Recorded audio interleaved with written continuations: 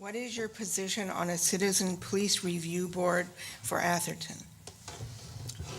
Well, this came up previously, and I voted against the police review board, not from a long-term viewpoint, but we just had a new police chief, and I felt that he should be given 1 year to look at the police that he was now running and determine what kind of efficiencies and what kind of changes he can make.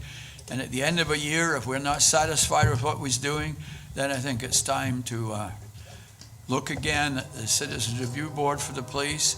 But one of the problems is that, if you put in another layer, really, not of management particularly, but it's like that, you're just band-aiding things. I mean, and my feeling is if the police chief's not doing his job, we should fire him and get somebody else.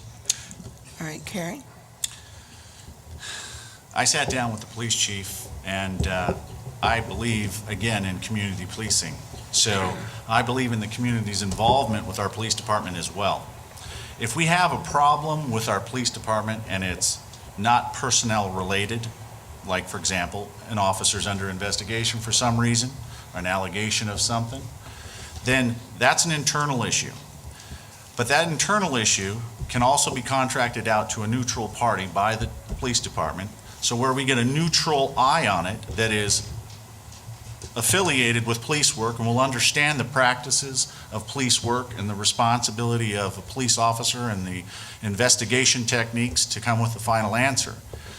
Do I think that a citizen review group to give input to a police department is important? Absolutely. And actually, we do some of that right now with flyers that go out to you after you've had a response of a call or something like that. So you do give your input right now, one step further.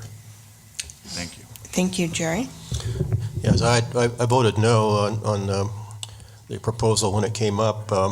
I couldn't see the value that would be added because of the limitations that would be placed upon it. It wouldn't have unlimited powers to act on like personnel things and things like that. But we're a small town, so it's not like San Jose and some of the large cities where there's a lot of layers in between the chief and individuals in the department. The chief has offered to make himself available for citizens to come and talk to him. I think last time I checked, there hadn't been many people.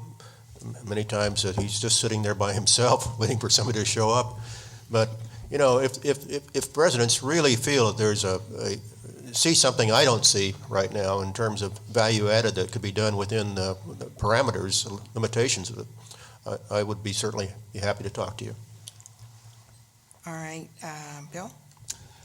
My ad in the Almanac last week said that I'm in support of having an oversight board. I think that this would be not only for the police, but also like an ethics oversight board for the employees. I think there needs to be an independent group that could investigate issues and come up with a recommendation. Who would be on that board? I can see perhaps one council member and perhaps one or two retired judges that could do things in confidence. When I was with General Dynamics, I served as an ethics director in setting up such an organization. And I think that the organization of the town needs to understand that if what's happening doesn't look good or would embarrass you, if it was on the front page of the paper the next morning, then you shouldn't do it.